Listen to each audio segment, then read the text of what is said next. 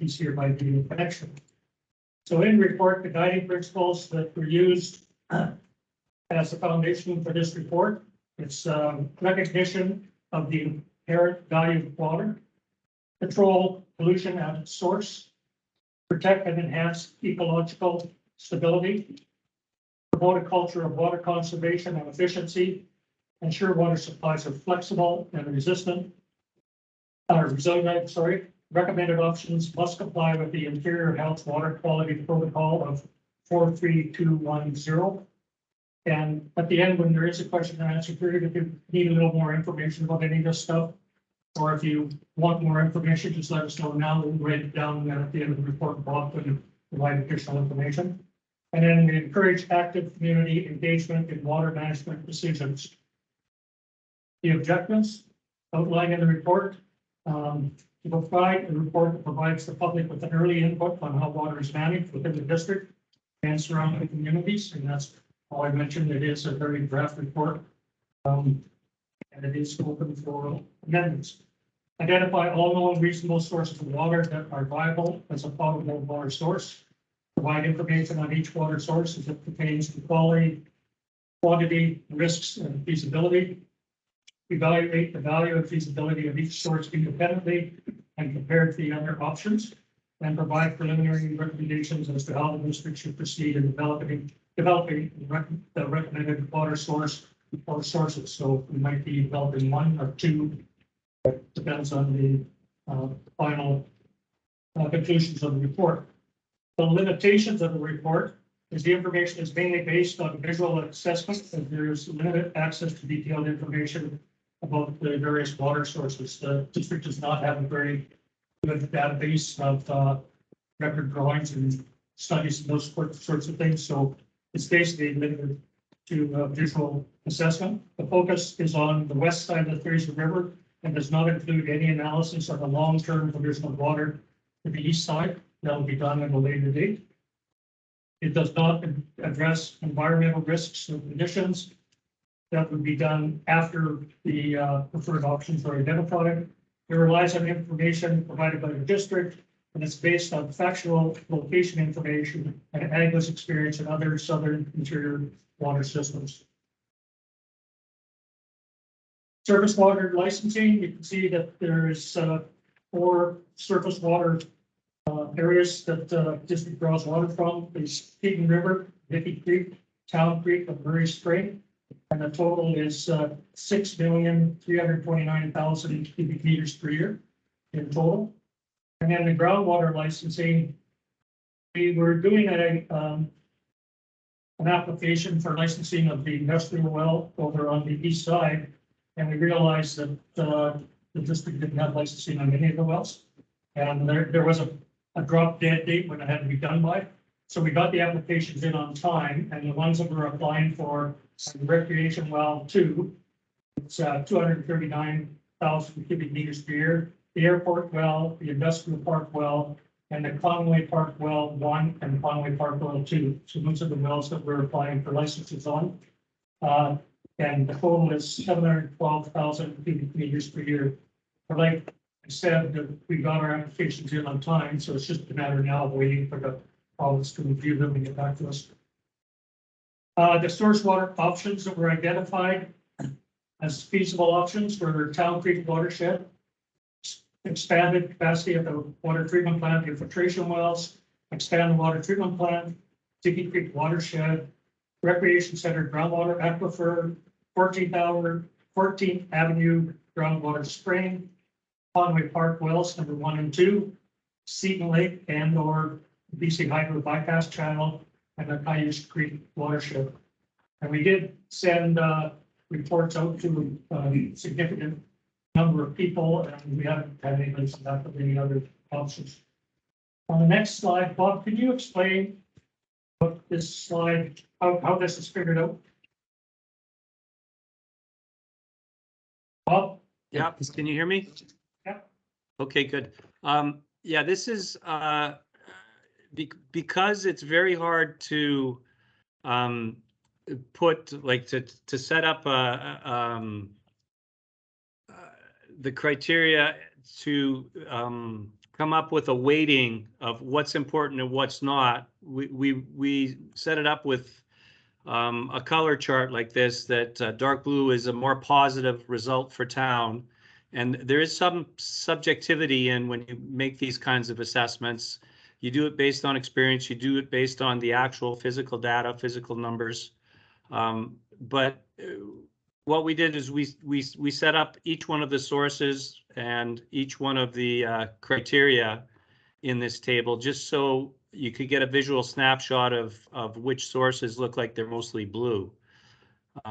You know, all of the aspects can be dealt with, or they're a positive development for town in terms of water supply. So, you know, there are things with like the water treatment plant, for example, all of the licensing's there. Same with Town Creek, same with Dickey Creek. So they're rated as most positive. You don't have to reapply for any licensing. So that's how we set this chart up. It's to provide a snapshot summary of all the different sources and criteria. Column on the right-hand side is how we have ranked them. So from one is Town Creek, and then 2 is the add infiltration at the wells. So those numbers are not a total of numbers across. They're the actual rank. That's the recommended ranking, Don. Yeah, because there isn't a numerical number or trying to, you can get too caught up in weighting and doing it that way. But just generally, that's the ranking. The ranking could move up or down one on any of them, but the overall rank was selected after we had gone through the entire exercise. So that, you know, what happens is certain sources drop off the page. They're either too expensive, or they're not realistic, or they don't really help the district. So, you know, for example, Cayush Creek, trying to go there is expensive. It basically has to come down to the treatment plant to get treated.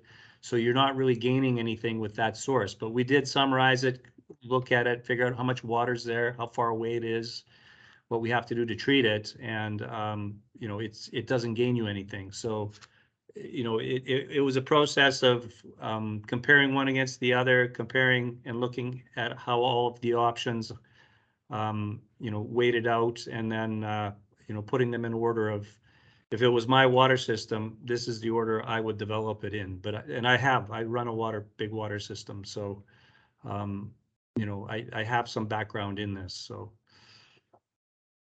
Go back one slide just for that. Yeah, so just to go over this again, this is the rankings that and they're preliminary rankings. So that's from 1 to 9, which was drawn on that table. But I can go forward 2 slides. So what we did now is then we looked at the less feasible options, because we didn't want to spend a lot of time on them unless they become a higher ranking. And so the 5 are the rec center, groundwater aquifer, 14th Avenue, Bonway Park, Wells 1 and 2, Seton Lake, and Cayush Creek. And so in reverse order, number 5, the recreation center groundwater aquifer, there are currently 2 wells at this site. The current well in use is rec center well number 2. The development of another well at this site remains a possible option. The aquifer appears to have sufficient capacity. There is nearby infrastructure to connect to, but the concern is adding an additional well is that there's issues of water quality, and that's why the well number 1 was already abandoned. So the next one is number 6, 14th Avenue groundwater spring. I don't know how well you can see that. That school up there, is that an elementary school or is that a? That was the high school. Okay, so the high school. So this is basically, it's groundwater from the high school down across the road leading up into the middle wet, and then down into the water treatment plant. And we call it, or I call it, the 14th Avenue spring because of daylights at 14th Avenue. So I'm trying to give you an idea of where it is. This source is a very small supply. And we did a study. We had Urban Systems, no, ISL did a study on this creek to see if it was feasible. They looked at what the capacity of the creek was, whether it ran all year round and whether it fluctuated a lot and what the contaminants were in the creek. And so based on that study, we decided this was not a good source. The groundwater spraying comes from an area where there is human activity and possible contamination from above. Significant work would be required to isolate and protect this water from contamination as it is conveyed to the water treatment plant. There is a couple of spots right now where, because it's just a creek, the road, the drainage off the road flows into it, so we have to make sure all of those are closed off. We have to make sure the pipe is secure and isolated, and then it opens up, like I say, just above the, just around 14th Avenue. So there would have to be pipe put in from there down to the water treatment plant to protect it. Risks with this system are the volume of water that are available, the reliability of the source, the granting of a groundwater license for the source, and dealing with the raw water quality. The next one is Conway Park wells number 1 and 2. These wells have arsenic in them and would require treatment. The treatment would be some form of ion exchange medium would be costly to operate. The condition of the well casings are poor, making the insertion and removal of the well pumps very difficult. Apparently, we talked to one of the contractors who said like the wells aren't just strictly straight down, they kind of like casing kind of bends, so it's very difficult to get things in and out. And then even in an emergency, it is anticipated that the public will not be receptive to the use of these wells due to the high arsenic levels. The idea did come up to use these wells for irrigation from the park, but the public didn't like that idea. They didn't like the idea of the kids running around or even the pets running around in parks that has arsenic filled water. Number 8, Seton Lake or BC Hydro bypass channel. These sources are ranked low for the following reasons, and it's basically the same for number 9. Due to the cost of transmission main plus the cost to treat the water through the treatment plant, the development of either source does not improve the reliability or redundancy of the water system. We do not protect against water supply shortages in the event of a major flood, drought, or forest fire, and there is no reduction in risk by selecting this option. Man-made risks would remain. You've got BC Rail along the north shore of Seton Lake and Highway 99 that runs along the river channel for a short distance.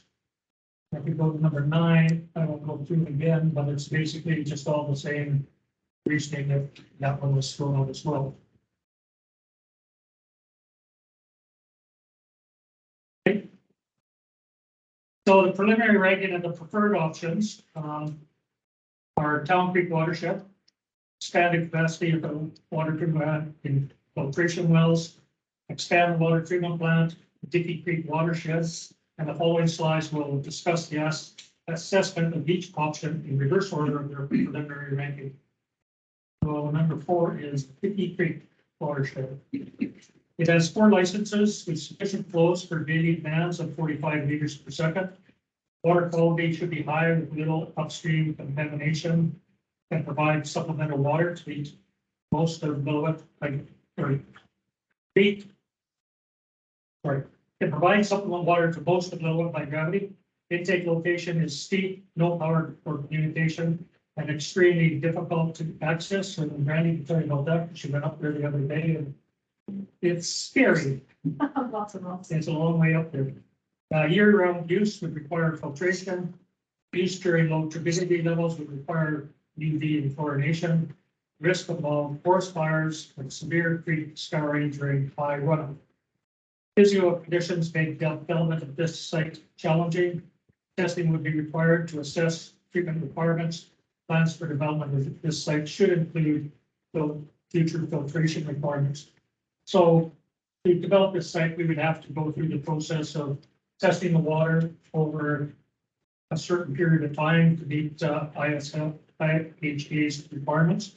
And then we should also be planning that if we do have to do filtration in the future, that those plans are in place. Expanded capacity of the water treatment plant. This is for the wells.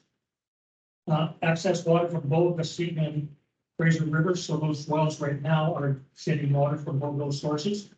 License under the current water license for the water treatment plant. Total pump capacity is 63.8 liters per second, but the actual is actually less because if you have them running full blast, it draws down the aquifer, and that would create a problem. Water quality is high and only requires UV disinfection and chlorination, which is at the treatment plant at this point in time. Greatest risk is operator error due to aquifer drawdown, so they actually have been running too high for too long. And operating costs moderate, but treatment costs are minimal. And it's a viable source. Development would require input from a hybrid geotechnical engineer, and additional licensing would be required within the third well. There is actually 2 wells in casing down there, but the one casing, according to Bob, is too close, so we'd have to put another well in further down close to the Fraser River. Number 2, expand water treatment plant. The plant currently provides approximately 68% of the district's yearly water demand. Licensing at the water treatment plant is 3,318 megaliters per year. Well water quality is microbiologically safe, but contains high siltation from the Seton River. All water needs to be pumped to the district's water distribution system. The current capacity is 6 megaliters per day, and is expandable to 10 megaliters per day. Risk involves shallow river intake and public access to that site. So you have the risk of the public contaminating it, dumping oil or something in the intake. Most reliable source during drought conditions, but has operational challenges due to siltation issues. And alternate sources should be considered to increase resiliency and redundancy before considering expansion to the water treatment plant. And rank number 1 is Town Creek Watershed. It has 4 licenses with sufficient flows for daily demands of 30 liters per second. Water quality is very high with little upstream contamination, can provide supplemental water to Lillooet by gravity with no pumping requirements. Access to the site is relatively easy and power exists to the site. Year-round use may require filtration. Use during low turbidity levels, but only require UV and chlorination. Risk involve forest fires and severe creek scouring during high runoffs. It's a viable source. Testing required to assess treatment requirements, and plans for development of this site should include future filtration requirements. So that's the one that we are recommending so far. So the conclusions. The report identifies 9 feasible water sources. The existing water sources are adequate to meet current demand, but do not provide redundancy in the event of an emergency. The fine silt of Seton River causes operational and treatment issues at the water treatment plant. The water treatment plant produces high quality water to residents, where other sources may not be able to provide the same quality. So residents may notice a drop in the quality of water that they would be provided, probably less money. Lillooet has sufficient licensing and is awaiting provincial approval of the groundwater licensing. And under extreme conditions, the water treatment plant, infiltration wells, and the rec center well 2 all need to be online and producing. Recommendations. So Town Creek is considered the most viable option for consideration. Data should be collected to confirm UV transmissivity and turbidity gauge, conductivity, temperature, and flow monitoring. The option of an additional infiltration well at the water treatment plant could also be considered. Lillooet should develop a contingency plan to protect against wildfire risks. IHA should be included as a stakeholder in the completion and implementation of this report, and that's already in the plans to get them a copy once we have made some amendments after this meeting. The outcome of this report should be developed, or should be to develop additional water sources that reduce costs and provide redundancy to protect the community from emergent situations.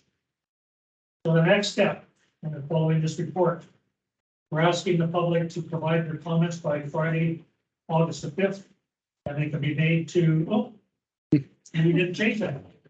We'll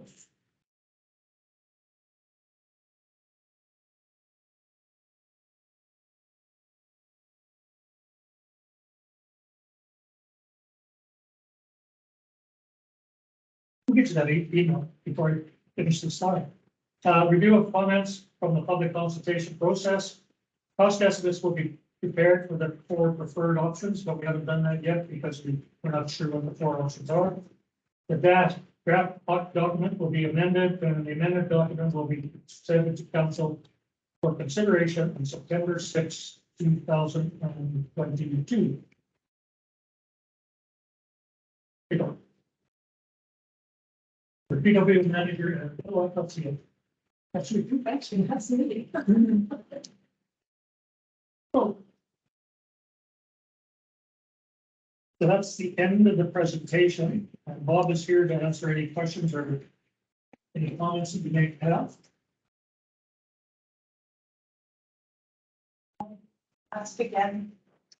You know, because I live in Highlands, Heights, but what was the change in the last week that there was such a, I must go.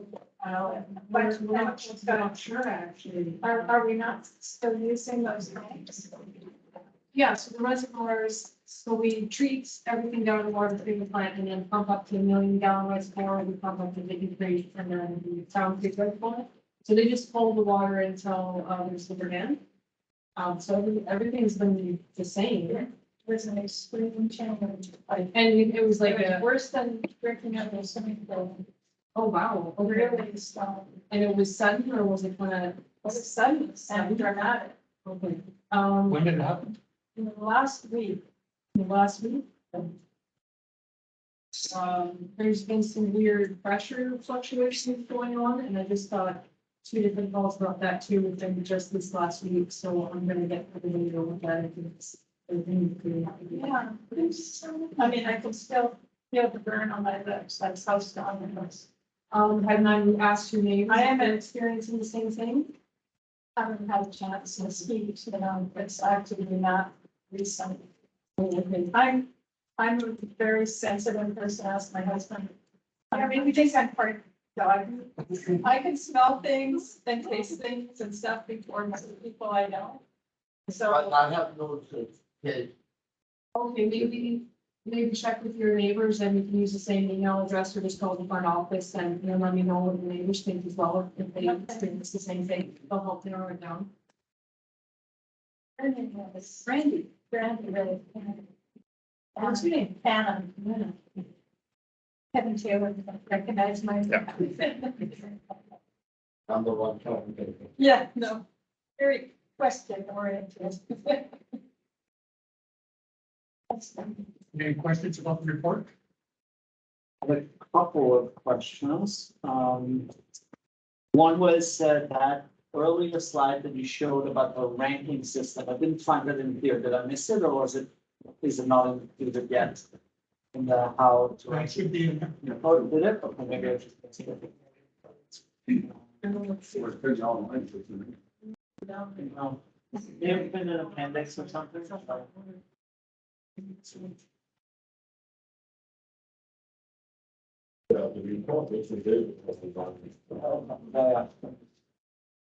Just, yeah, I took some there. The color-coded slide is on page 39 of the report. Okay, well, this only goes to 37, so it'll be the appendix. That's Yeah, why. okay. Sorry. Yeah. This was a slightly earlier version that got printed off. If you shoot an email to Public Works Manager, we can print off the most recent one. One on the village website is up here. And then I was wondering, because you had said, oh, sorry, Tom. I was just saying, maybe Brandon, get your email and send you the. Sure, yeah, I mean, it's online, if you find it online, whatever it's. And then I have a question about the demand that you guys are projecting. Because it looks like it's a bit hard to see with the liters per second versus ml per day versus like all these different numbers. But it looks like the maximum day demand, the projected maximum day demand is at 9.17 ml per day, megaliters, no, million liters. I don't know what the answer stands for. Cubic meters, Megaliters per day. yeah, Yes. megaliters, you just multiply by 1,000 A thousand cubic meters, okay. to get the, Yeah, so if the projected demand of a 1% growth rate is 9.17 megaliters per day, and the current demand is, right, or the current production is 6.3 megaliters per day. Is that right? well, I would have, we have it monthly summarized in the report, the actual daily number, I don't have that at my fingertips. But I think that they're in the 7.5 range, I think. Does that sound about right, Brandy?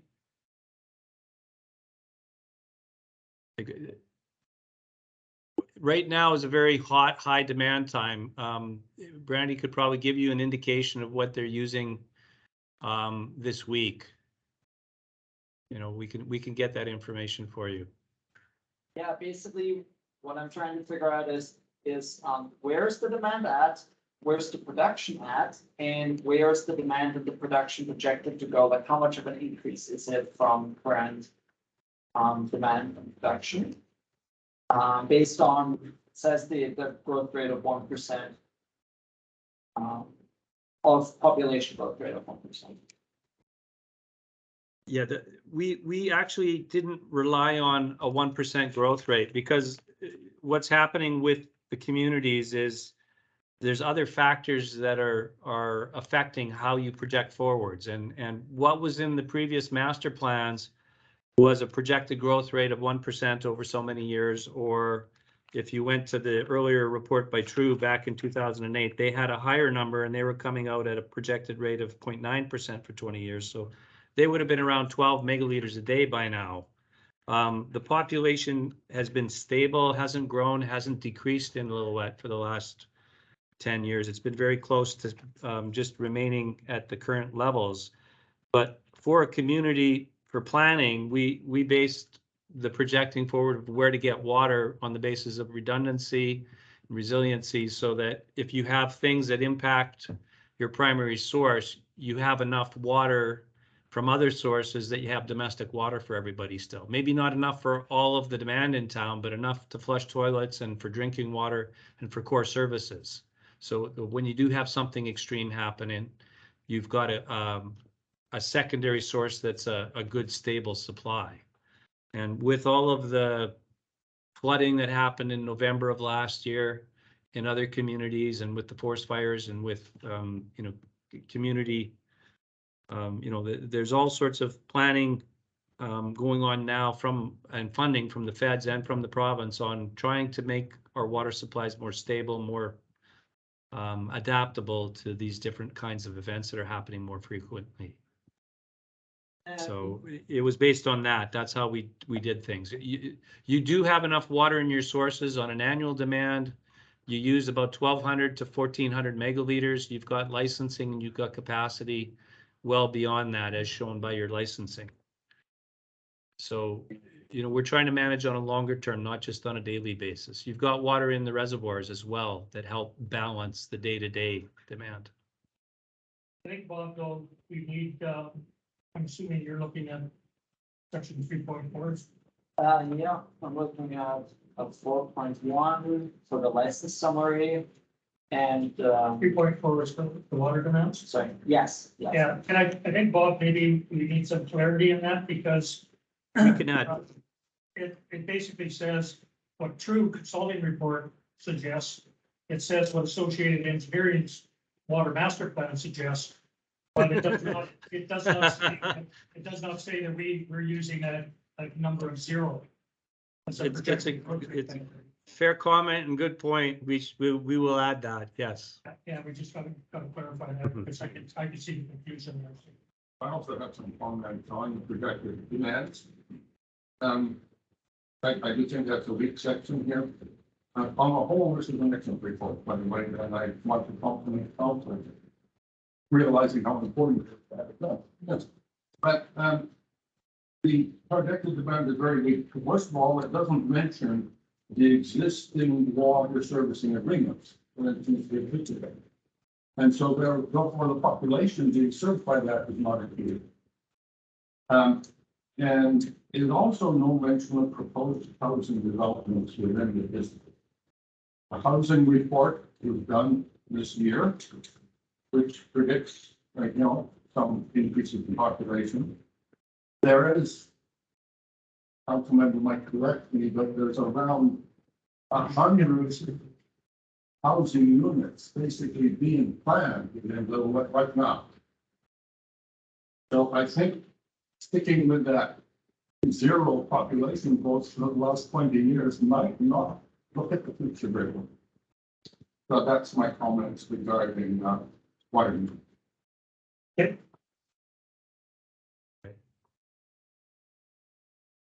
I also have comments regarding 3 other parts of the. You can consider them questions or comments, but I think in which the report could be fleshed out and improved. Yep. First of all, the Dickey Creek watershed is very different from the town of Dickey. There, you look at your air photo on page 31. Just at the top of the waterfall, there's a shale slide on both sides. It comes right down into the creek. Now, I live on that creek. Every spring, it's basically a big pond. It has washed out Highway 43 times since I lived there. Washed it out. Every spring, there's a delta fills up at the Fraser River because of the amount of speed that comes out. I know I have to take my irrigation water on this. And I don't know if you interviewed any of the people that tried to manage that system when it was being used. But I think basically the cost to develop and the cost to operate. We use almost the same wording for that watershed as we use for Town Creek. It's not the same at all. So I suggest we have a really good look at that. It's an outspeed.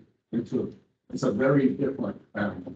The one thing is a smaller watershed with much larger flow because most of the snow accumulated on the mountain is actually in the Dickey Creek watershed side of the mountain. Just on the middle. So Dickey Creek and Moon Creek watersheds basically they're on the snow. On to, let me just go through these and then you can comment later if you like. Recommendations regarding Town Creek, I think that's correct. I think it's a good recommendation. But you didn't mention the use of the tiny Jimmy diversion. The tiny Jimmy diversion diverts actually from the upper part of Dickey Creek into Town Creek. And therefore it diverts above the debris slide problem. And there may be an opportunity to divert more water there. I don't think it's been looked at. And I don't know what state that diversion is in. Last time I saw it, which was years ago, it was not being maintained. So I think that needs to be looked at because it could considerably increase the amount of water you're capable of running through the concrete system. The other comment I have to make, I'm really glad to hear that you mentioned the inherent value of water. And it's number one. And then you talk on the spiritual value for the First Nation people that Stroud with. But I can tell you, I'm not First Nations, but it's a great spiritual value to me. To Baha'i, to all kinds of spiritual people. And I don't know why you just picked that First Nations on that one. It sounds like, a little bit of correct speaking or something. Spiritual value, yes, that needs to be in there. But for all of us. That's my comments. If you have any further questions. Good comments. Water means a lot to me. I looked at this report in the. And I am really surprised that there aren't more people who read that into the future. One comment that I would have about the sticking with 3.4 projected water demands and then climate change consideration and emergencies. That's something that you guys mentioned a couple times to build redundancy, resiliency for emergencies like flooding, like water. But there's no analysis here of what that would actually look like. What does an emergency look like? How much more water needs there? Like, what numbers are you working with when you're talking about emergency increases? There's no analysis in the emergency section other than we need more water in an emergency. And I think when we plan for that, like, I think it's totally right. We should absolutely plan for more water in an emergency, but I don't know what that means numerically. Is it a 30% increase? Is it a doubling of the water supply? Does a wildfire change the emergency water supply different than flooding? Those kinds of questions. I think if we say emergencies, it should impact the water supply, are really important to answer, and I don't quite see that in here fully developed yet. I guess my comment to that would be, it's fair comment, but this report is really just trying to identify the feasible water sources. And just because if it turns out that it's going to be Town Creek, there's still going to have to be additional work and studies done to identify all these different sorts of things that you're talking about. So it's not like they were forgotten, it's just too far, or it's further into the process that information will become available. Yeah, it's a good comment. I wonder if it might become available, right? Like assume in a wildfire emergency, this is not my subject of expertise, but I'm just guessing here, but assume the water supply needs to triple and then in a massive wildfire event. Then your options 1 through 4 might have to consider 5 and 6 as well, because of that increased water supply, right? So I think if you rank the water systems based on how important they are in an emergency, then you have to define how much more you're going to need for that ranking, right? Because maybe you need 3 times as much water, and therefore you need all 8, not just the first 4. And again, maybe that's completely wrong, but that's kind of where I think an analysis would be good of what an emergency actually looks like. Yeah, when we plan water systems, there simply isn't enough money to develop the optimum amount of emergency that might happen once every 50 years. It's that kind of challenge that we have, because the sources for an emergency for fire, you can only take out as much water out of Town Creek as Town Creek produces. So you can't plan for 3 times Town Creek. You can only get what Town Creek produces. For the water treatment plant, you could bypass the filters and just use the pumps that you have. But unless you put in more pumps and fight it that way, what's happening with the communities is they're doing structure protection, they're doing soaking of the areas, so you create humidity and a damper area that directs the fire to other areas. So there's ways that they fight the fire with knowing what that water supply is. And it doesn't, at this kind of study, what you want to do is have lots of sources available so that you have maybe 50% more than what you normally need for the entire town. And then you use what you maximum that you can out of your hydrants. And as long as you can keep feeding it from the sources to keep that flow going, you can make a real difference in protecting the town.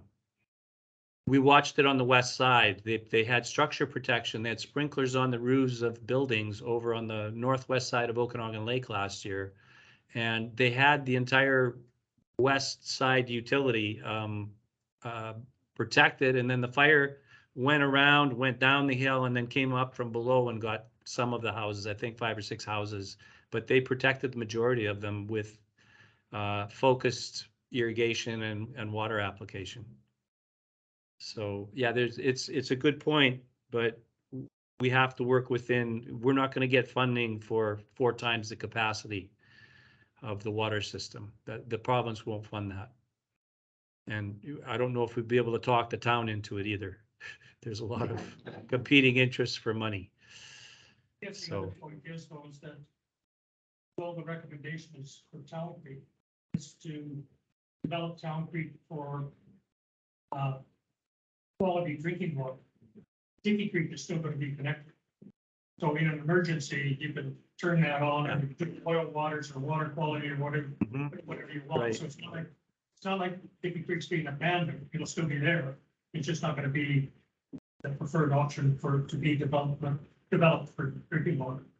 So, Yeah, that's a real good point, Don, because that's the capacity the town has. The town has the pumping capacity out of Seton River, but the bigger, longer term capacity, especially if you've got power failures or transmission lanes, for electricity down, you've got those two sources by gravity of whatever they put out. That's the fire protection you've got for the town. And it might not be drinking water quality, but in the case of a fire, yeah, you call a boil water notice and you use as much water as you can. They had this issue last year in Summerlin. They had such a hot spell like everyone else. They were plus 40 degrees and they had sirens going off and they were trying to turn off the irrigation everywhere and limit because they're running out of domestic water. And I was telling them, no, turn more water on and saturate your community so you don't have this wildfire risk of things going tinder dry.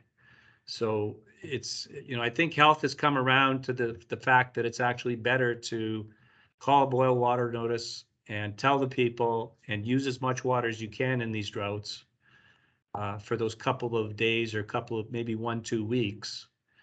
And then save over the long term and be efficient over the long term. But in these really tinder dry conditions, yeah, get the town, don't let it become tinder dry.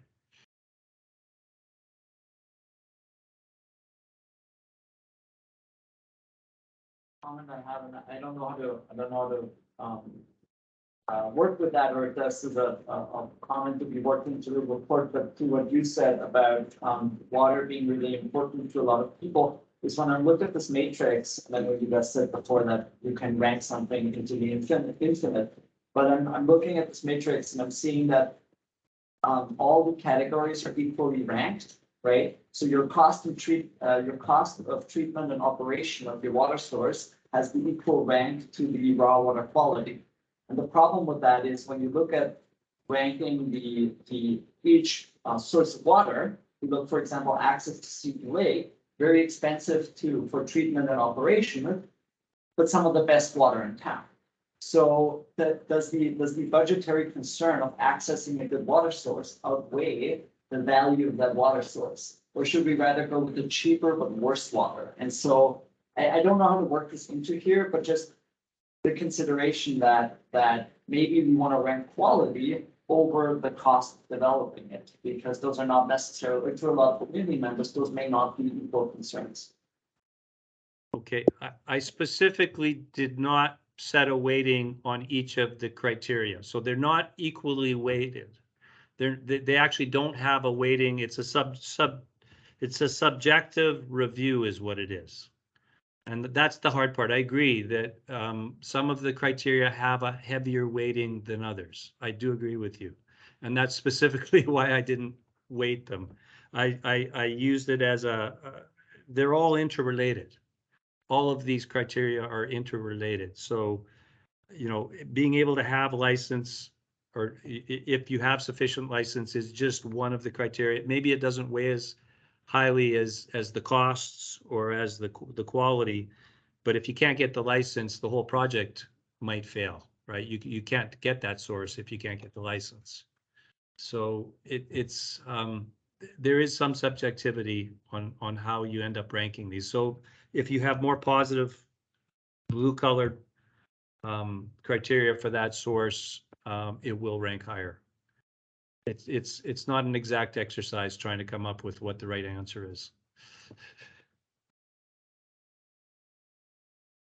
It has to work for Summerland, or sorry, Summerland. Here I'm working for Summerland.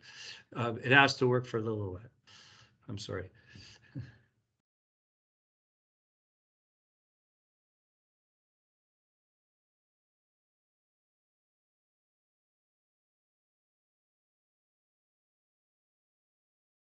thanks very much for coming. Appreciate it. Thanks, Bob, for being there. Yeah, you're welcome. Sorry I couldn't be there. And just a reminder, I think, what is it, September the decision to. You know, voting to. Oh, August the 5th. If you got any more comments, give them in by August the 5th. We can take them a little longer now, but we really want to get this into the council on, in the September council meeting, September 6th. So if you have anything, just get it to us as quickly as possible, and then we'll take a look at it, and then the report has to be. That's everything. Thanks, Ken.